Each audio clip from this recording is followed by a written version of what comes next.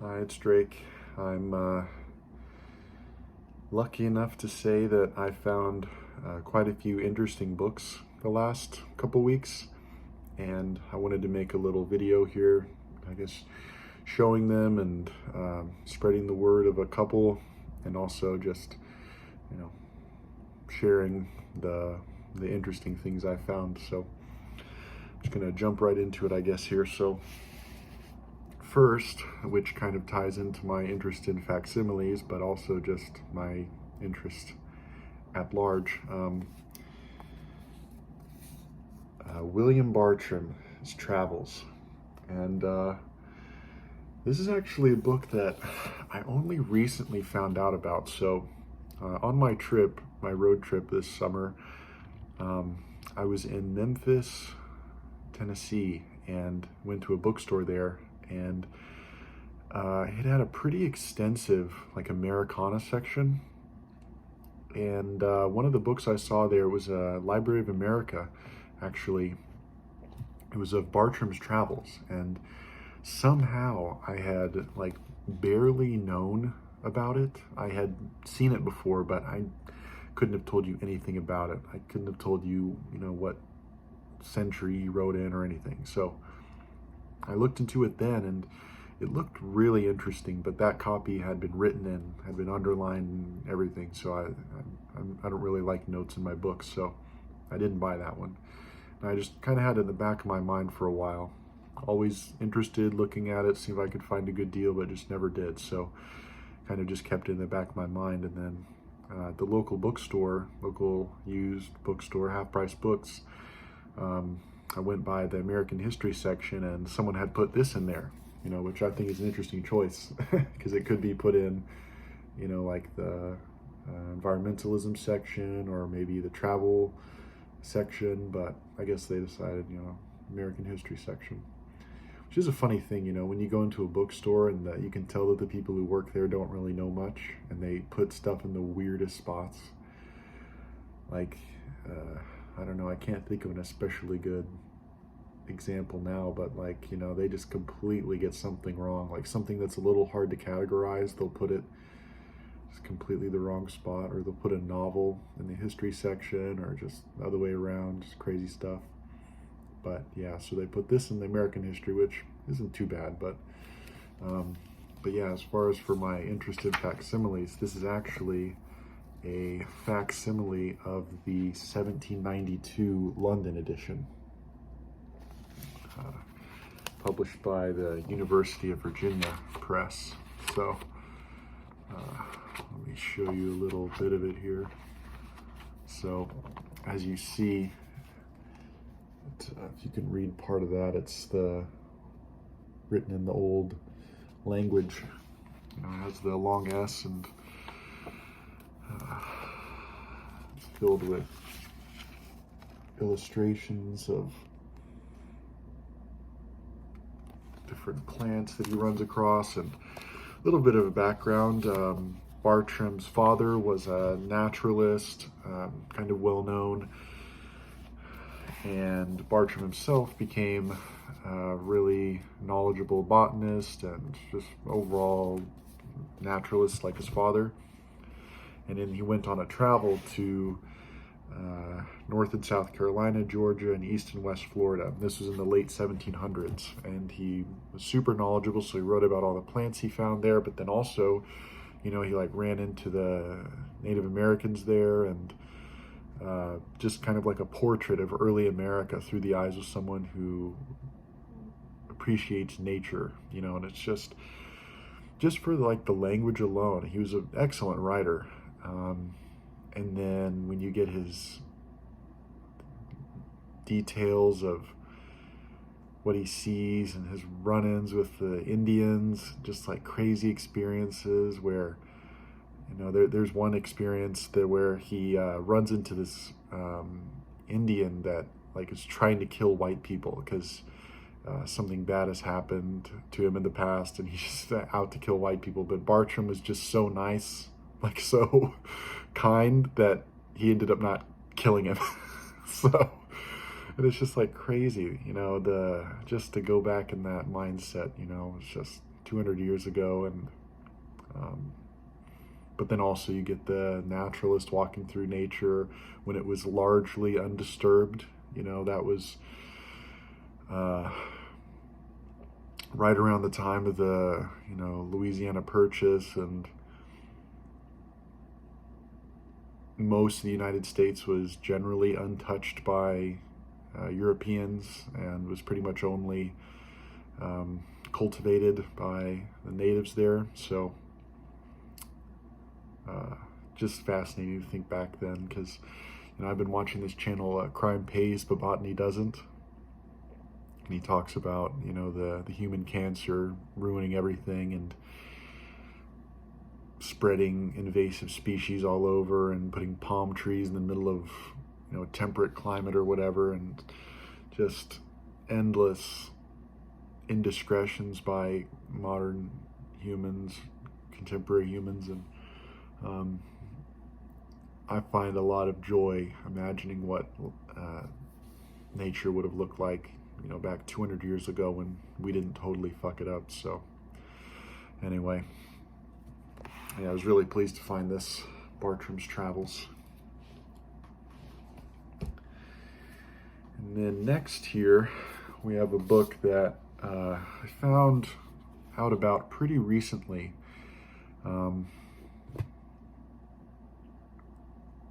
It's the Collected Novels of Charles Wright.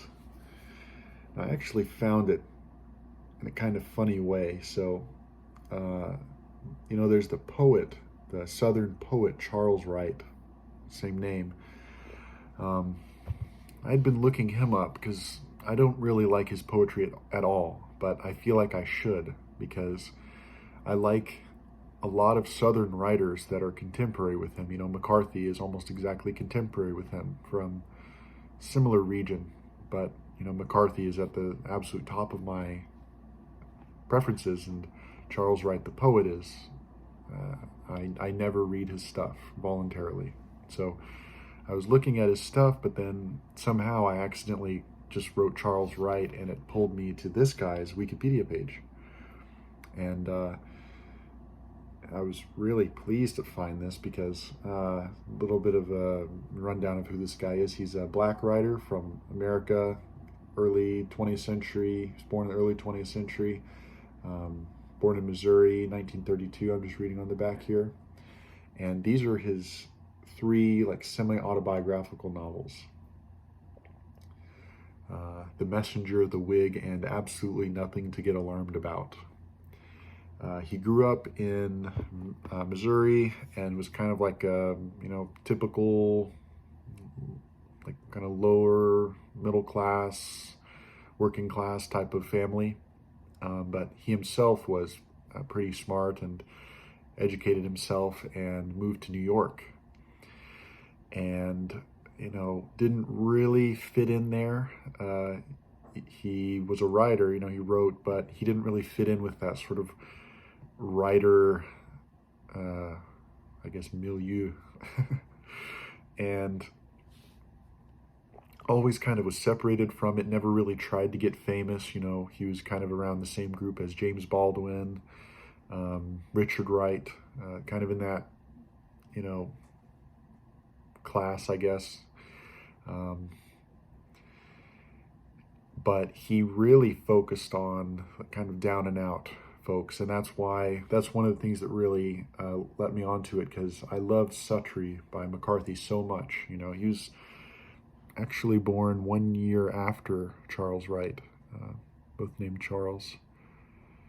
But, you know, Suttree focuses on the slums of Knoxville, and, you know, this guy focuses on kind of the rough parts of New York in the 50s and 60s. So anyway, and, you know, it's satirical, interesting writing style, pretty much perfect. And also getting a view of New York from that time period is pretty much perfect. So I've started reading the first one here, but I haven't gotten too far in yet, but I'm pretty pleased with it. Collected Novels of Charles Wright. And there's an introduction by Ishmael Reed, so it's always fun. And then next here I have an author that I found through the William Faulkner Award, which was given to debut novels in the 60s. Thomas Pynchon won it in 63, I think, for V. Cormac McCarthy won it in 65 for The Orchard Keeper. And then Larry Wywoody, pretty sure is how you say his name, won it in, I want to say 67, 69. Well, anyway, between 67 and 69 for What I'm Going to Do, I think. And I've kind of a long roundabout journey with this novel here because when I used to go to a bookstore up in Denton, Texas, they actually had a copy of this, but at the time I was going, saving up money and wasn't really, I would venture out a little bit with my books, but this one was kind of iffy and I just never bought it. It was a hardcover and they had kind of an expensive evaluation for it, so I just never bought it. Always kind of had it in the back of my mind, but never really dove into it. But then, I'd say maybe a month ago or so, I just happened to be looking at that William Faulkner Award, looking at the other novels that won, trying to find if they're in print anymore, if I can get access to them, and I saw this one again. I was like, you know what? I kind of had a flashback of reading the first couple pages in the bookstore there, and I was like, you know what? It's pretty good. And then I looked up some interviews by him, and he's a writer. He's definitely a writer, definitely an artist. So I looked at it again and found that it was pretty cheap now in hardcover. It's crazy how these things vary. 2 years ago, you might have looked, and the cheapest one you can find is between $40 to $50, and now you can find them for $10 for the first printing hardcover. So. And I generally like hardcovers as opposed to paperbacks, so it's always nice when you can find a hardcover for cheaper. But so yeah, anyway, that's this. What I'm going to do, I think that's how I found it. And it follows, I haven't read this one yet, so I'm just going to read a little bit of the summary here on the flaps. So, as the novel begins, a young man and his bride of 1 month, who is 2 months pregnant, arrive at a hunting lodge in the wilderness of northern Michigan. One soon understands that Chris is dangerously confused about his relationship to Ellen. To Ellen's grandparents, her parents were killed in a mysterious accident, to his own family, to marriage, responsibility, and other people.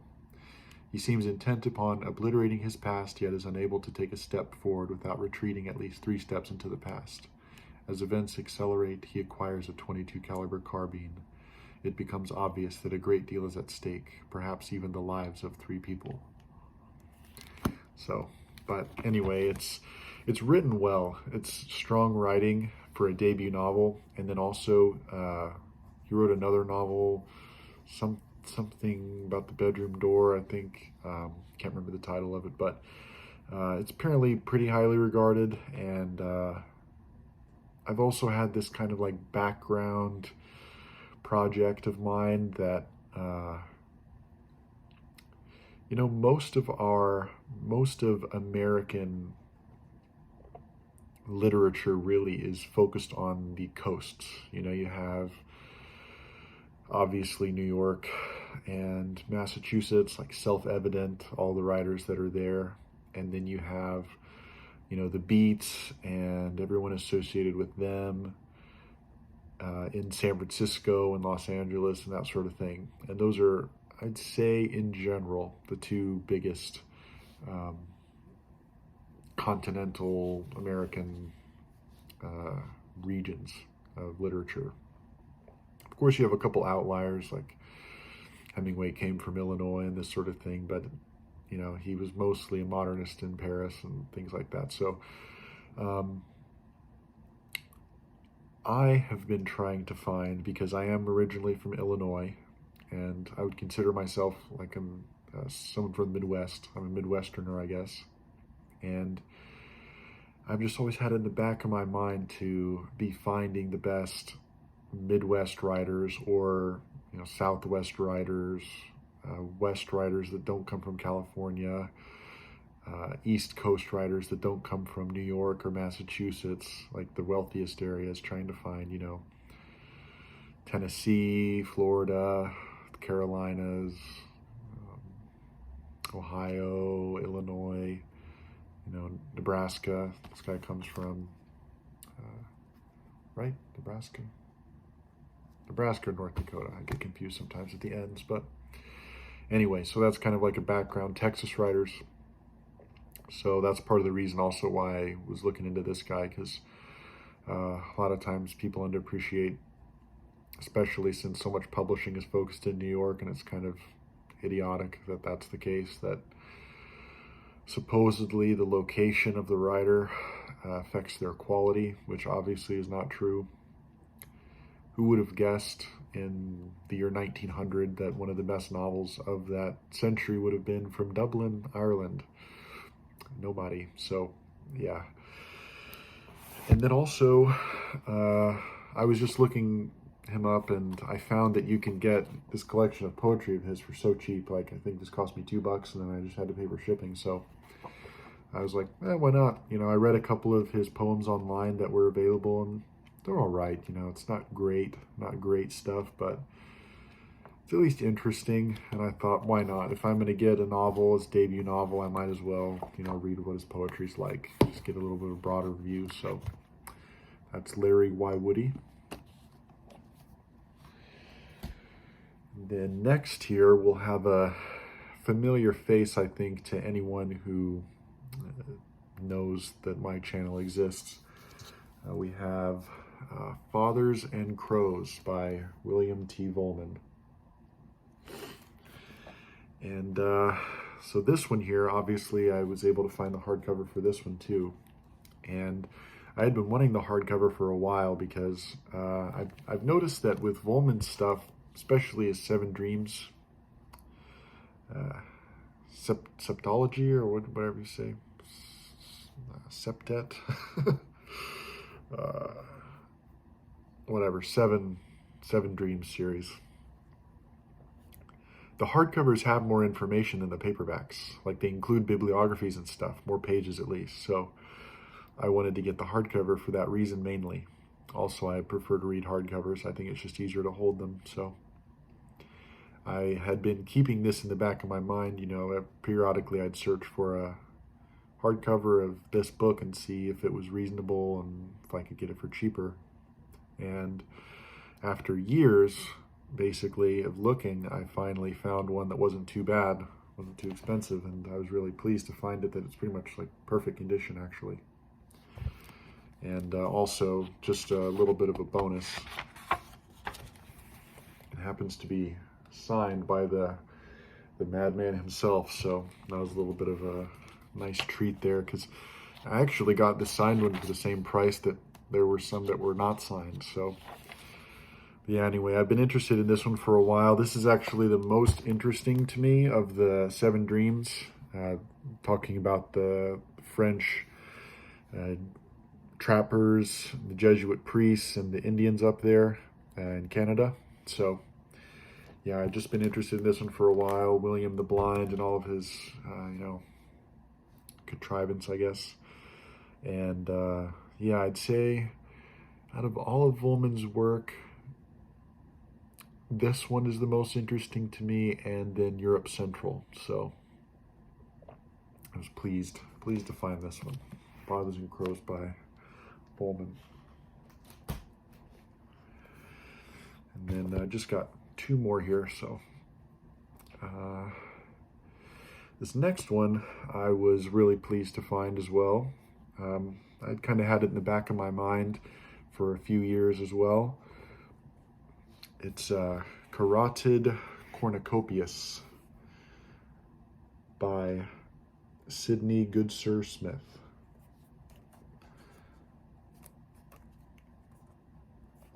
And this guy, not very well known, so I'll talk a little bit about him. So he's a Scottish writer from mid 20th century, basically. It's when he was most active. friends with Hugh McDiarmid and all those guys. Also a poet, known as a poet. You can get his collected poems online too. But I've always been most interested in this novel of his. And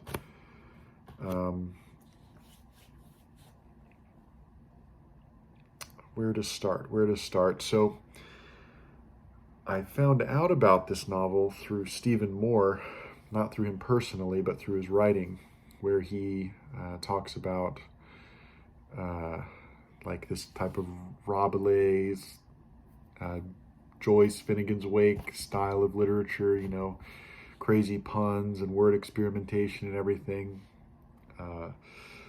And so I'd always had in the back of my mind that I was interested in this book, but you can't really find much information about it. There's a couple Goodreads reviews, I think, and then just some other information you can find about the guy himself, Sidney Goodsir Smith. But I always wanted to get it for myself to make up my own mind, but pretty much the only copies you can buy are in the UK, and that's shipping and wait a month and all this stuff. So I had never really gotten it. So found a lucky deal, thought, whatever, month shipping is fine. So I just waited it out and it's finally here. But yeah, this book is nuts, absolutely nuts.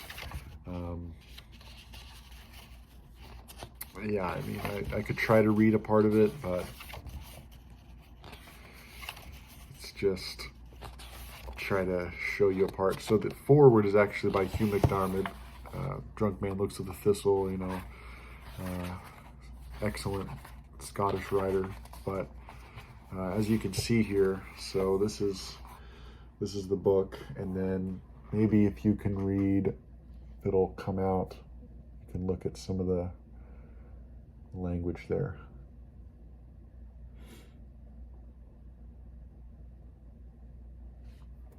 Feel free to pause it if you're interested, but yeah, as you can probably see, you know, you get feelings of Finnegan's Wake, Bottom's Dream,